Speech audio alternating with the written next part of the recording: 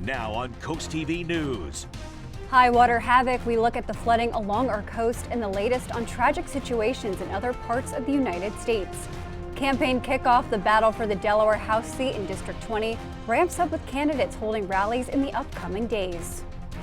This is CoastTV News Midday. Good morning and thank you for joining us. I'm Elisa Weber and welcome to CoastTV News Midday. We are taking a live look outside at Rehoboth Beach, a busy Rehoboth Beach on this Friday afternoon, and we're going to bring in First Alert Meteorologist Bob Trahey.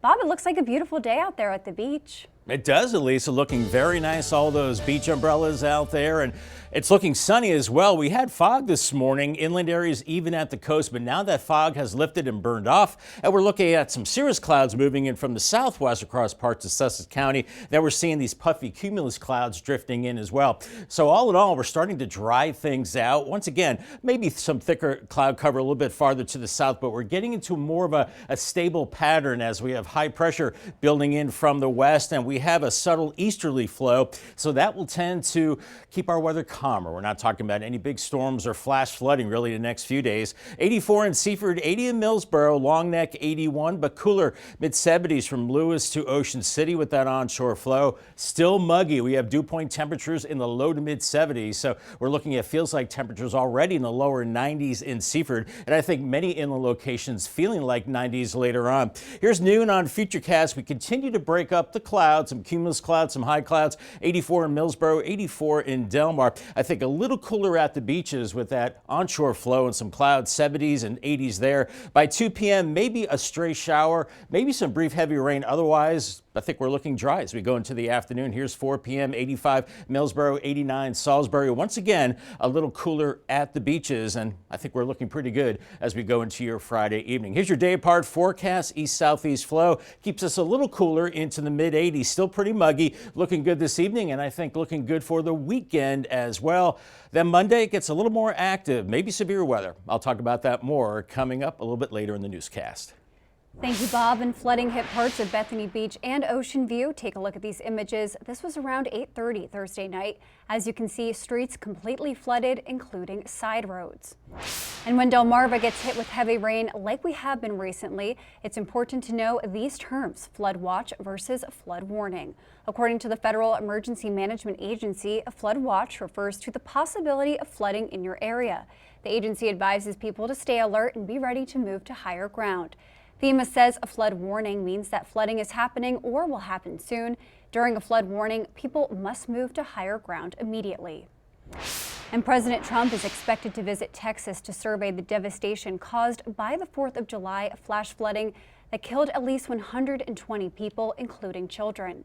NBC's Alice Barr shows us how, as search and recovery efforts continue, the Trump administration is on the defense for cuts to federal programs that could have possibly helped ahead of this deadly storm and after.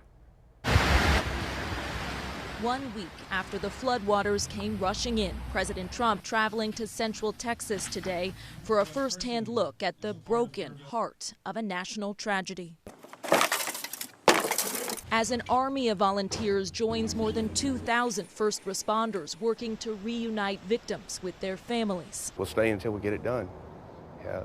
And we want them to have closure. Questions are mounting about whether more could have been done to get people out of harm's way.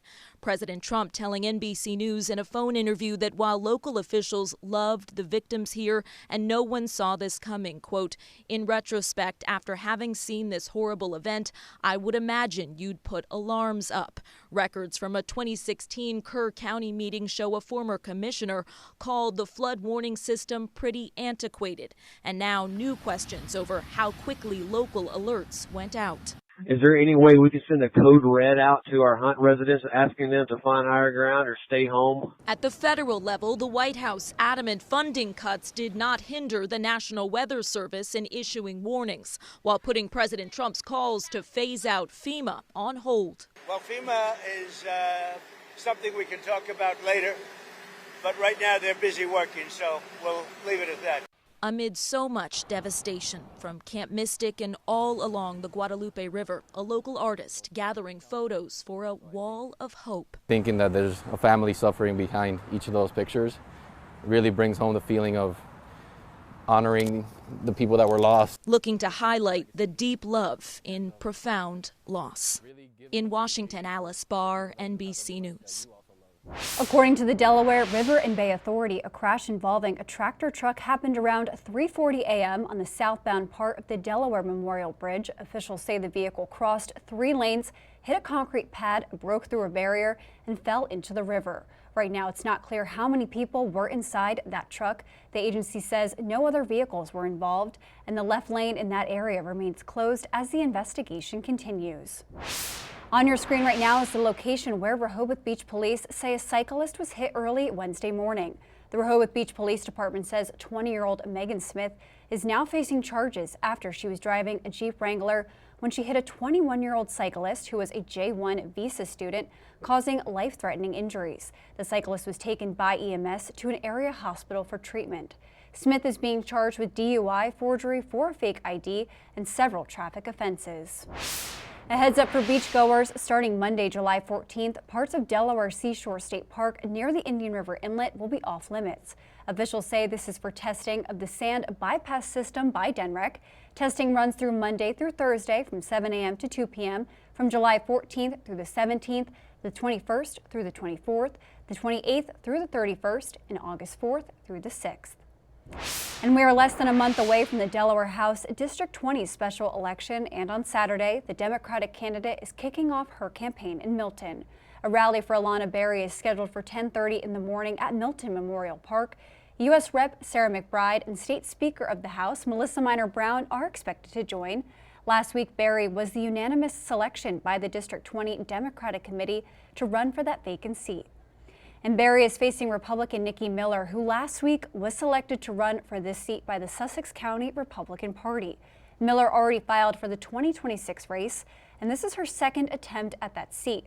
Miller lost in November to Stell Parker Selby by just 275 votes. She is holding a campaign event Monday afternoon at Nicola's Pizza in Lewis.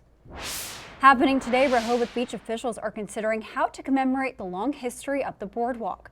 The options include one of the blue historic markers that you see all around Delaware, or nominating the boardwalk for the National Register of Historic Places. We went to Rehoboth Beach to learn what people think about this, and this is what one woman told us. We have so many generational visitors come in year after year, and the boardwalk is kind of the heart of the town. It's a safe space. It's a place where I feel comfortable sending my kids, and I think it just really brings the city and the community together. The South Bethany Town Council is set to weigh possible new rules for beach canopies. That is according to the Town Council agenda. The town is just the latest community to discuss or set regulations for the structures. Ocean City, Dewey Beach, and Rehoboth Beach have bans in place. Coming up after the break, driver safe after a dangerous crash. We'll tell you how first responders made this rescue. New in Millsboro, a driver is walking away from this scary crash. On your screen right now are pictures of a crash that happened this week. According to the Millsboro Fire Company, the driver was trapped and crews had to take the roof off to free them. Fortunately, the agency says no injuries were reported. The Indian River School District is seeking volunteers for its Citizen Budget Oversight Committee. The group reviews school finances, provides budget feedback, and promotes transparency. 10 citizen seats are available alongside district officials. Applicants must live in the district and submit a resume, an application form by August 1st. Committee members serve 2-year terms and must complete state training. The first time in nearly 10 years, the Delaware Public Service Commission has approved a settlement that will raise natural gas rates for Chesapeake utilities. Under the agreements, the commission says home heating customers will see bills go up about 6%. The company says that it ends at around $5.37 a month, and residential non-heating customers will pay about 6.5% more, which would add about $2.74 a month. We're seeing some pesky low clouds out there in Laurel right now, some peaks of blue, and I think this will burn off. It's 80 in Laurel, and we'll be warming into the mid-80s this afternoon as our weather pattern is beginning to stabilize as we head into the weekend, as a weak easterly flow will create that stable condition and more sunshine as we go into the weekend. Congratulations to Trish Dickerson from Lewis on winning a brand new umbrella from Paul Davis and Coast TV. I'll have your full forecast coming up after the break. Our weather pattern is quieting down as we go into the weekend. Nice timing on the part of Mother Nature as we're looking at blue skies and still some low clouds hanging on along the coast on the Tunnel and Razor Camp, but looking nice and quiet, not too windy. Roosevelt Island and Inlet, I should say, and Delaware Bay, the winds are light. So a nice afternoon for boating as temperatures warm into the lower 80s along the coast, a little warmer inland areas. Our storyline for today will be warm and muggy, possibly an isolated storm, but the big difference now moving into the weekend is now we're not going to see widespread showers and storms and that chance of flash flooding. So that's certainly good news. Still pretty humid, but one of those storms could put down a heavy rain perhaps for a time this evening. And then this weekend is humid. It looks mostly dry and muggy. Can't rule out a spotty thunderstorm as we go into the weekend, but I think your weekend plans are looking really good. Right now we've got some cirrus clouds moving in from the southwest, and we're looking at puffy cumulus clouds as well. So a couple of different cloud varieties here, and all in all, it means that we're starting to see more in the way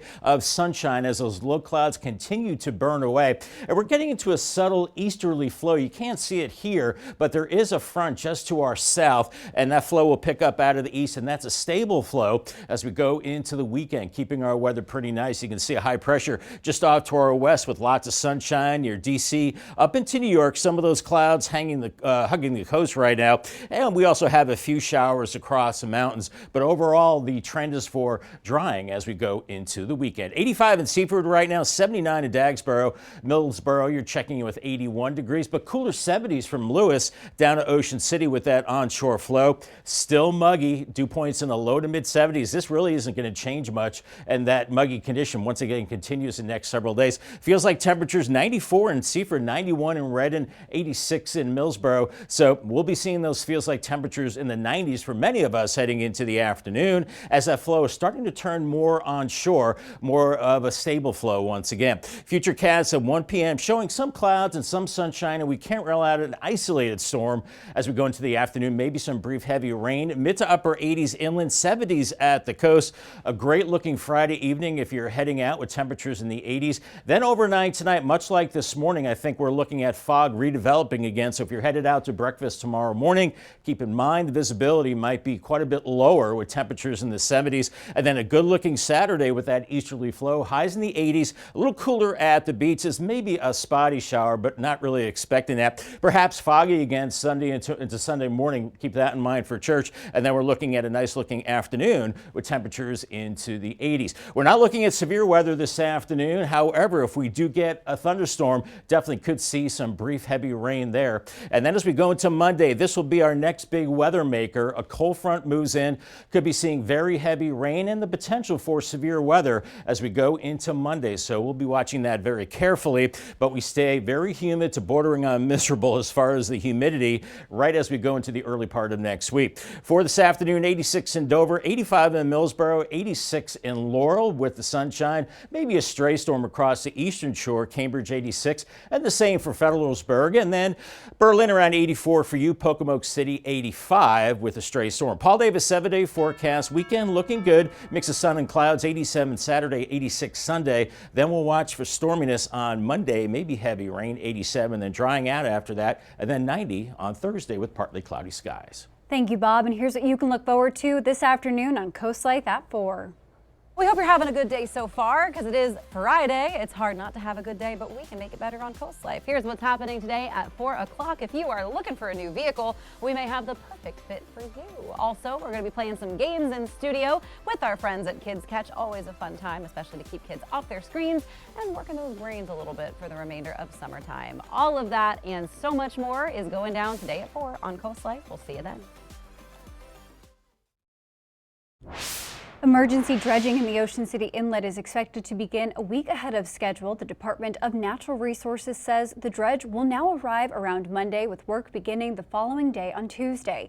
They say dredging will take roughly 8 to 10 days and 7,500 cubic yards of material will be removed.